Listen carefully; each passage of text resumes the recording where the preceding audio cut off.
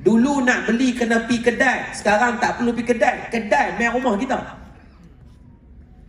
Buka kod Shopee, kod Lazada, Alibaba. Duduk dalam rumah je, makanan boleh sampai, segala bentuk benda menggunakan arus kemodenan yang didatangkan kepada kita.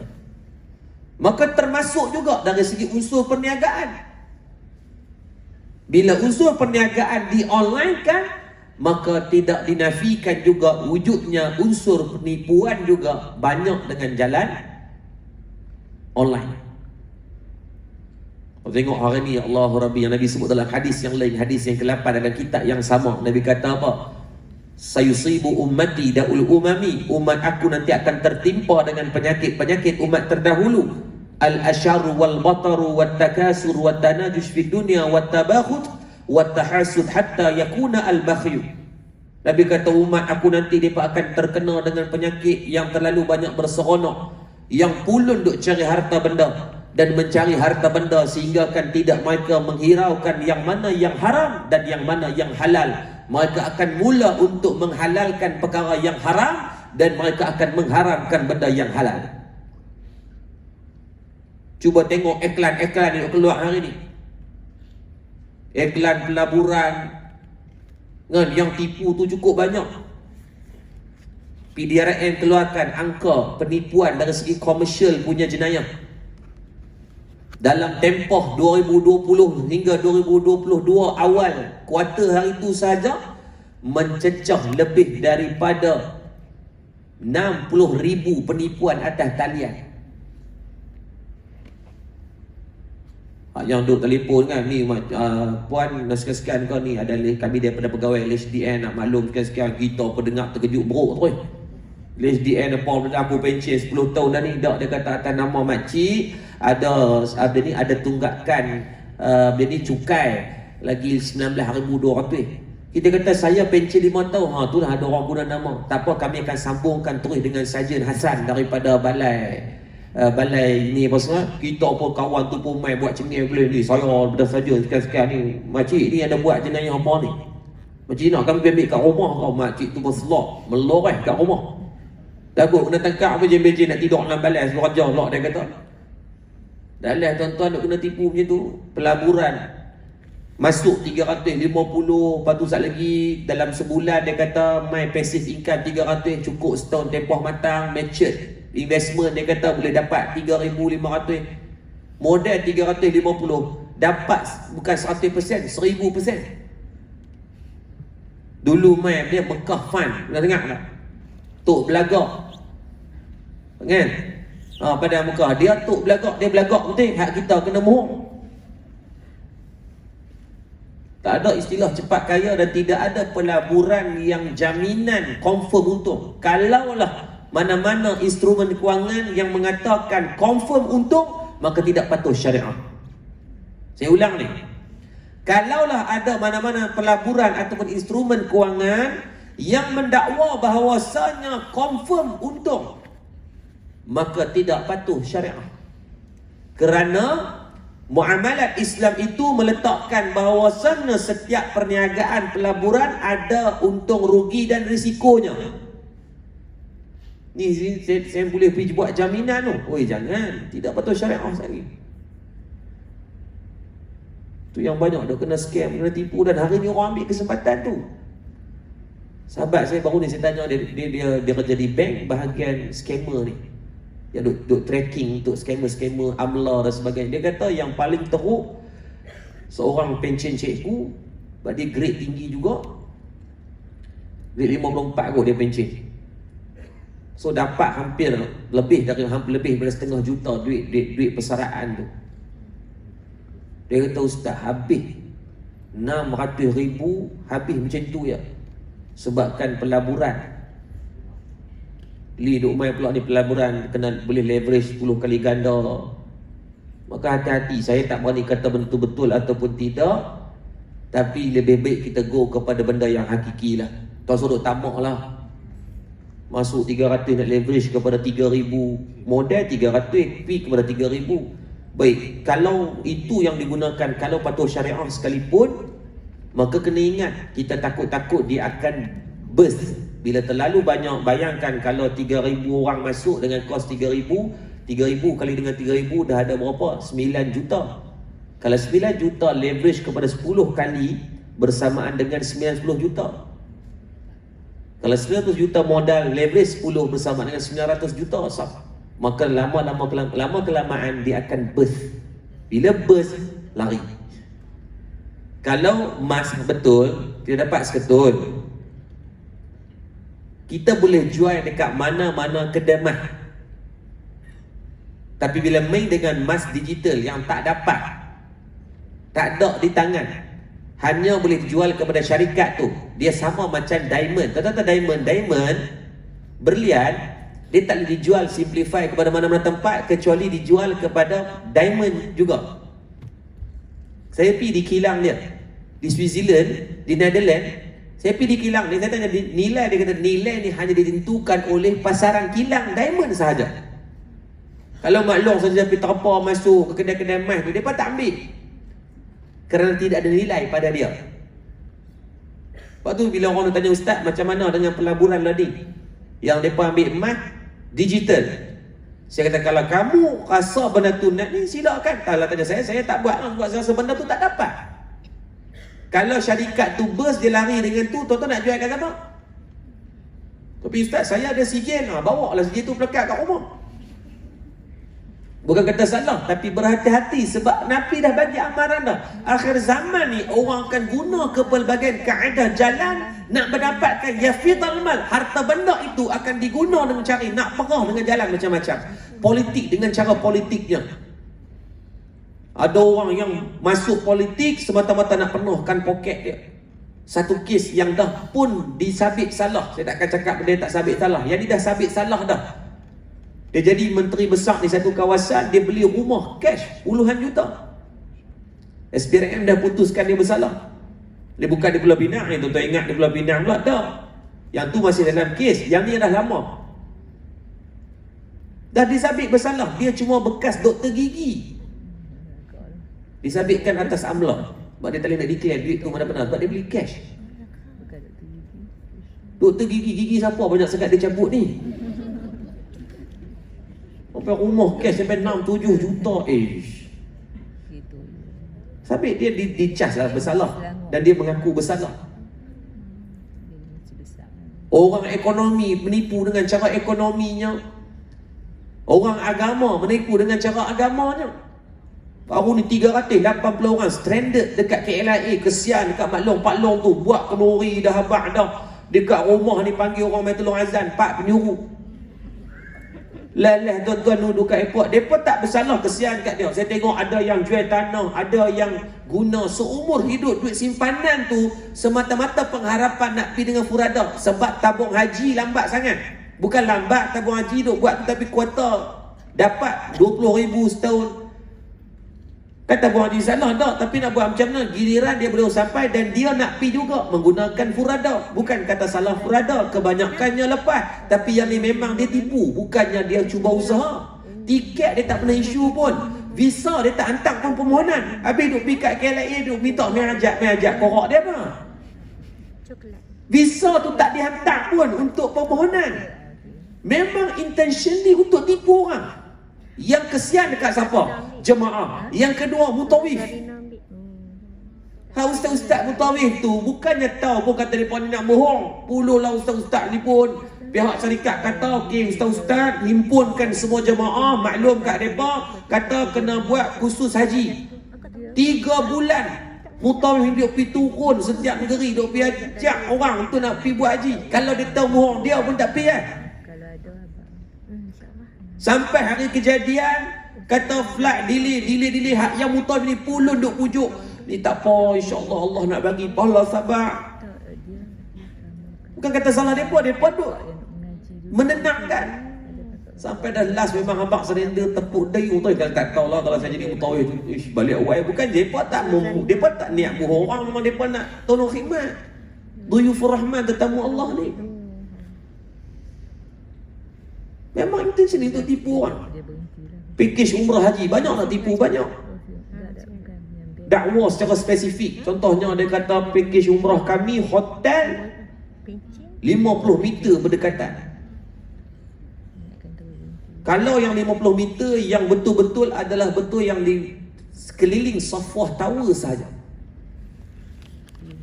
Atas daripada tu lebih 50 meter. Tapi dalam package umrah dia banyak claim itu tak? Claim. Kita pergi bayar dia sempoi punya sampai kat Mekah tu dia punya no nalamnya di Bukit Ajuat tu ada memang 200 meter kita bab kamu tahu ya ustaz itu dia kata 50 meter. Ustaz dia kata maklum kat tanah haram ni kita kena banyak sabar. Belum mau dilawan dia. Tanah haram tu. Kita pun waktu tu dah datilah astagfirullahalazim. Kalau tak sengaja tak apa, tapi kadang-kadang memang dia pun tahu. Dia pun tahu kata memang jauh benar tu, tapi sebab nak menggunakan modus operandi agar orang membeli dengan tengok iklan tu. Hati-hati.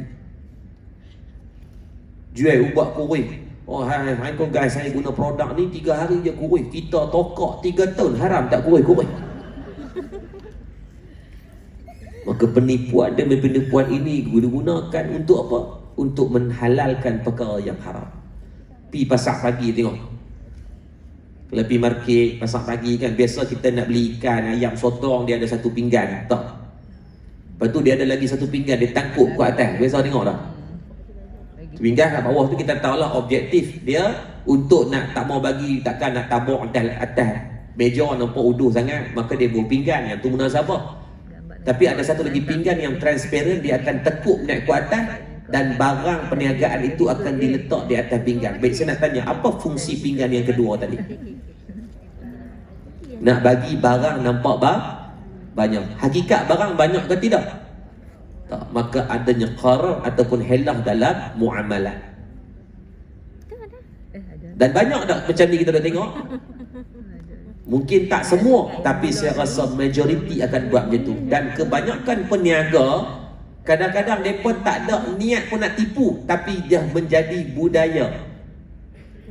Kalau berniaga kat pasar malam, kat market, apa semua biasa ada orang buat macam tu, maka dia pun akan buat macam tu. Maka turun-temurun sanad mursalsal itu bersambung. Niat tak mau menipu pun, tapi termasuk dalam haram, iaitu benda-benda yang dikira sebagai adanya helah ataupun duduk di antara halal dan haram. Kalau ada adik-beradik yang nega macam tu, kena abang kat dia. Kata jangan nak buat macam ni. Ini ada unsur haram ni yang tak jelas. Pembeli pergi tengok tu dia banyaknya udang, tengok setambun. Kita buat abang, bos pinggan. Balik tuan-tuan, belilah semangat beli tepung 3 kilo. Pesiang kepala 12, badan cuma tinggal 9, yang 3 lagi syahid tak tahu ke mana. Tepung 2 kilo tuan-tuan. Jenuh gagal baru jumpa udang. Yang tadi kita nampak banyak sebab apa? Adanya unsur helah tadi. Sebab tu Islam letakkan syarat. Ada 4 syarat dalam bab jual beli. Yang pertama, barang tu unsurnya mestilah bersifat halal dan memberi manfaat. Dia ada 2 benda, halal dan memberi manfaat. Halal saja, kalau tak bagi manfaat tak boleh. Tak halal, lagilah tak boleh. Ada hamba Allah telefon, dia duduk belah lembu kat padang tembusu. Tapi dia buka kedai bawal Hashmin di jalan tu. Dia kata, weh, dia panggil saya Yus, ada masalah, dia kata, tahu siapa?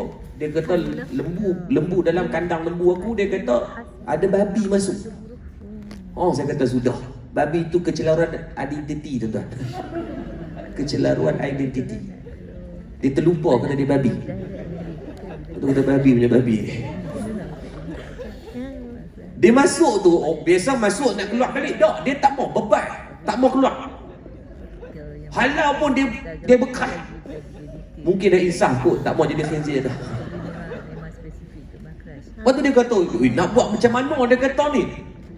Saya kata kena segera kena keluarkan sebab dia tu najis. Dia tu najis. Dia duduk tinggi dengan kawan lembu pun kadang-kadang lembu dia malam biar hang sehari 2 boleh duduk pulang malam-malam hang kawan lah mana boleh kawan. Oh, kambing lembu sampai boleh reta. Tekuk lah apa pulau dia tu sodok kawan dengan dia agak apa tak. Dalam 2-3 hari tu kan lembu tu kawan dengan dia kata aku nak buat halau dah macam-macam dah. Dia tak takut hak ni hak jenis hak mengaji ni. Lepas tu tak apa kata macam mana kata hang kena pergi cari orang tangkap dia buat keluar. Kawan orang bisnes dia telefon pula 2-3 hari dia kata Yus okey. Peluang baik ni. Kata Mzee Paul dah dengan Khizir tu boleh baik ni. Dia kata dia deal dengan ada orang India di Pekan Lama. Kalau mau Sungai Petani tahun lalu kan, Pekan Cina, Pekan India tu kan. Dia kata deal dekat situ, depa sanggup nak main ni dan depa akan bayar pula sebab tu depa main tengok dah. Yang ni grade A sebab dia jenis Khizir hutan punya. Oh, sudah. So depa main tembak dan dia akan bayar RM600 sebab apa? Tolong habaqkan kami ada yang grade elok. Saya kata hak babi tu haram. Hang ambil duit haram je dah. Kalau ambil haram je dah tu jadi. Tak boleh lah. Benda tu benda yang tak boleh. Habis dia kata nak buat macam nak rugi nak kata. Hang nak rugi nak kata ke hang nak rugi hak lagi besar ni. Dia kata tak mau. Tapi panggil dia pemain tu sudah ambil dia. Depa main tangkap, depa tembak dia, tangkap. Depa cucilah semua darah dia apa semua. Selesai. Sebab syarat untuk nak menjadikan sah je jual beli itu barang tu mesti halal. Tak boleh dia benda yang haram. Zaman saya kecil-kecil dulu tu tak tu zaman jahil lah. Saya dulu tangkap kora. Kora mahal tuan-tuan, sekilo. Saya ingat zaman saya kecil-kecil dulu sekilo RM5. Duk tangkap kat Padang Golf Sungai Petani tu. Kora pula berat 5 kilo. Tuan-tuan dapat jual seekor tu RM25. Zaman tu RM25 kira balong kawasan tu. Laksa 5 kupang buah dalam plastik. Tokok kat tepi tu. TF, apa ni TF gak ada kacang 2 kupang zaman tu RM25 ni kira tahan 2-3 bulan lah kira kora punya pasal. Patutlah kadang-kadang saya benak kot sebab duk makan duit kora tu. Maka ingat barang tu mesti halal dan bermanfaat. Dia tak boleh halal saja, mesti bermanfaat. Baik, saya nak tanya, apa hukum jual ayak ketum? Apa hukum jual ayak ketum? Dia duduk pada yang kedua tadi tu. Illah dia, kalau memberi manfaat kepada orang yang minum, okey. Maksudnya kalau Pak Long tu memang kencing manis dan dia takat dia duduk minum ni, perubatan tradisional ni, takat dia duduk minum tu boleh kontrol sikit. Walaupun tidak dibuktikan secara sains ke apa semua, tapi benda tu tak bagi mudarat pada dia. Memang dia kencing manis betul. Maka ketika tu menjadi keharusan ke atas dia. Tapi kalau kita hasiah ni jangan kata bungkuk pula atas dia. Sebab ketika tu pada dia mungkin bermanfaat dengan secara adatnya. Tapi kalaulah dijual kepada orang yang tidak ada kencing manis, yang ada kencing orang, maka hukum automatik haram. Lah ni hak duk minum, dia bukan hak jenis ada masalah penyakit orang. Kencing manis ni jenis minum jadi merapu, jadi bengong gitu.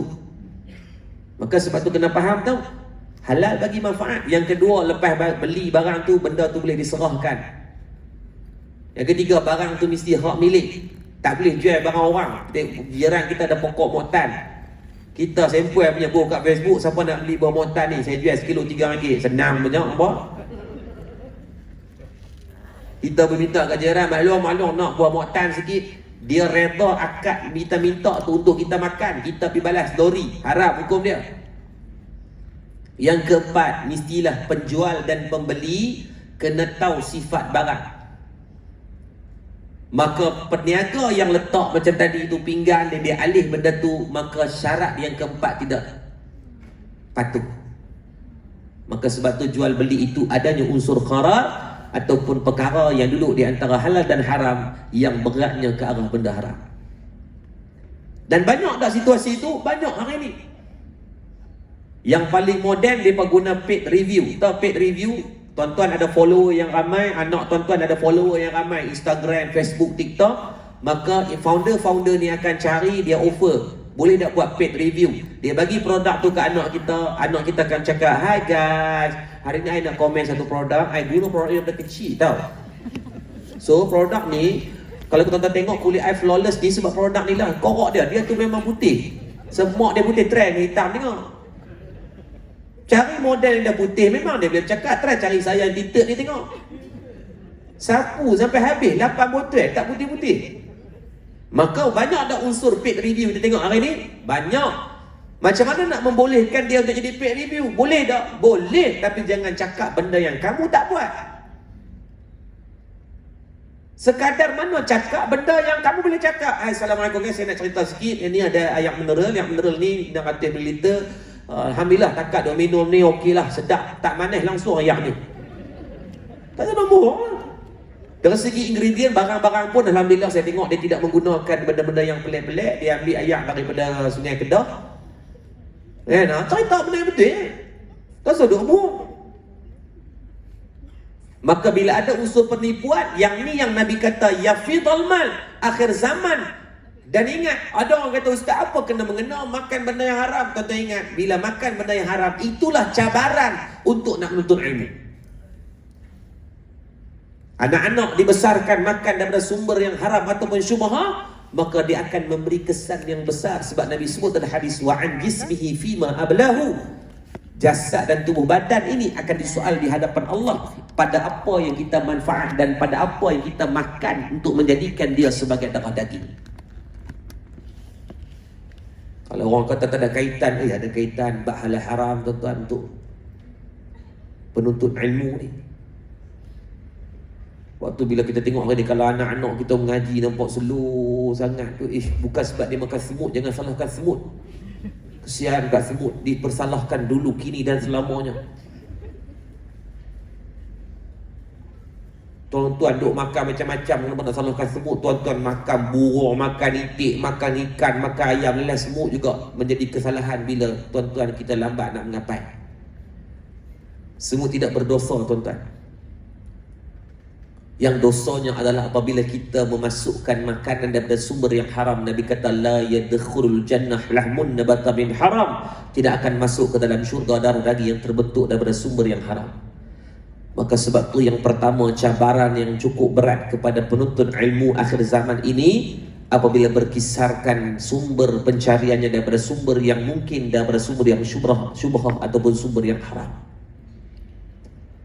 Ibu-ibu, ayah-ayah yang kita hidup pada zaman 60-an, 70-an, 80-an, 90-an, yang ketika tu bank syariah belum pun masuk ataupun kuat, kadang-kadang kita mungkin terbeli rumah, terbeli kenderaan. Kalau beli tahun 80-an, insya-Allah besar kebarangkalian akan terlibat dengan bank konvensional, secara tidak langsung terlibat dengan riba.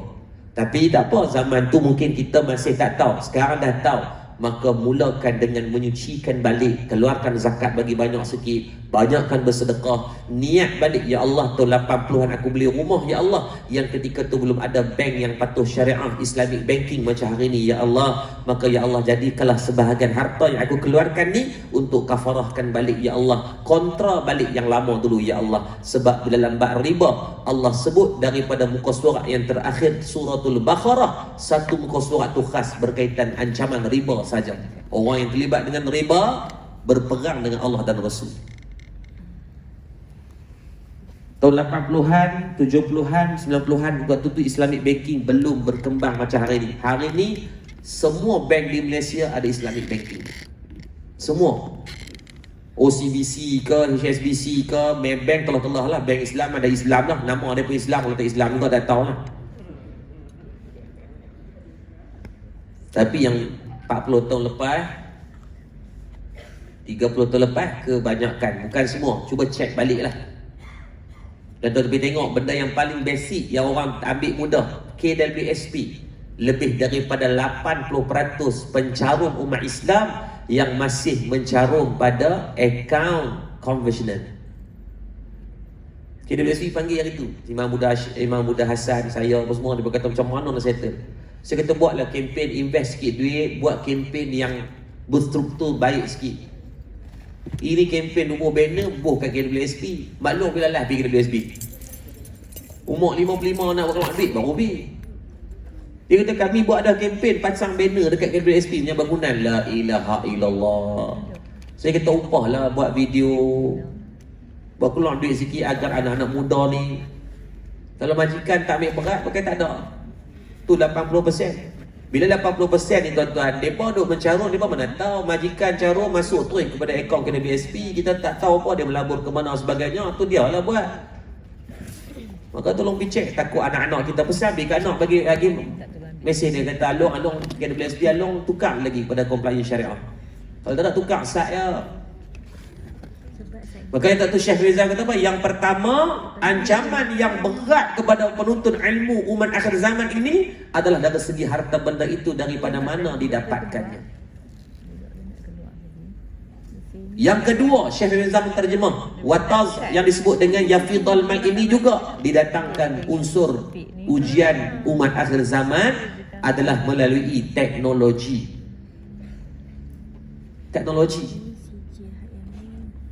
Al-Imam Syafi'i rahimahullah ta'ala menyebut, memberikan tamsilan sebuah pisau. Pisau kalau digunakan pada manfaat potong bawang, potong daging, guna harian, maka harus pada keharusan penggunaan alat pisau tadi. Tetapi pisau yang sama saat digunakan pada perkara yang mudarat, pitikam orang, rojoh orang, ugut orang, menyakitkan orang, maka walaupun tadi keharusannya dia memberi pahala, tetapi saat dia menzalimi pada hak pisau, maka dia akan menjadi haram. Maka samalah juga teknologi yang ada di tangan kita. Baik pada penggunaannya, maka baiklah manfaat yang kita akan peroleh. Buruk pada penggunaannya, maka buruklah yang kita akan dapat. Hari ini media sosial, hati-hati. Saya yakin ibu-ibu ayah kita banyak yang kita terlepas. Hari ni cucu kita, anak-anak kita, anak saya umur 2-3 tahun reti main telefon lah. Padahal mereka tak reti mengejar baca lagi, tapi mereka tahu nak buka macam mana, mereka tahu nak cari YouTube kat mana, mereka tahu nak cari kartun di mana. Kadang-kadang juga anak kita ni kasyaf berapa tau. Nombor 2. Teror terlebih makan kismi pak tau. Mak pak dia harap tak cerdik tak mana pun. Betul, budak-budak ni zaman dia hari ni, tuan-tuan buat kunci, nyelang je tu. Dia tahu. Kadang-kadang tak boleh baca, tapi kita kagum tengok macam mana dia boleh khosek masuk dalam tempat-tempat yang dia boleh tahu, dia kenal simbol, dia kenal warna, dia hafal benda-benda macam tu. Dia recall balik bila dia buka. Dan saya yakin kalau kita tanya dalam dewan ni pun, semua kita berhadapan dengan masalah tu. Anak, cucu kita memang dengan gadget tak ada nak tinggal. E-Sport Malaysia keluarkan data yang edik dengan mobile game sekarang ada 6.8 juta rakyat Malaysia. Daripada 32 bersamaan hampir 20%. Maknanya mereka ni edik ni masa apa? Ketagihan dengan gadget. Mereka akan spend masa more than 4 hours per day. Maka dikira sebagai orang yang ketagih. 6.8 juta. Ini bukan angka yang kecil. 20% tu kalau kita 32 juta, 6.8 cukup-cukup. 21% rakyat Malaysia yang sekarang ini ketagihan dalam gadget. Dan dadah yang lebih banyak merosakkan akhlak anak-anak muda kita daripada dadah yang sedia ada adalah dadah gadget ni lah. Lepas tu ibu-ibu ayah dengar, dari segi hukum ada 3 golongan yang bila dia bagi satu hadiah kepada orang, dia boleh ambil balik. Disebut berdasarkan hadis illa aba. Maka para ulama membahaskan hadis tersebut, yang Nabi kata ada golongan yang bila dia bagi satu barang, maka dia boleh mengambil balik harta tadi tanpa dikira buruk siku. Yang pertama, bapa. Yang kedua, mak. Yang ketiga, tok dengan tok wan.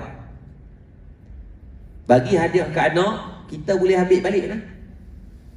Kita bagi kat tok, bagi kat anak, bagi kat cucu motor, tengok-tengok keluar merempit, maka tok tu boleh ambil balik motor, dia pergi merempit tak apa, dia boleh ambil balik.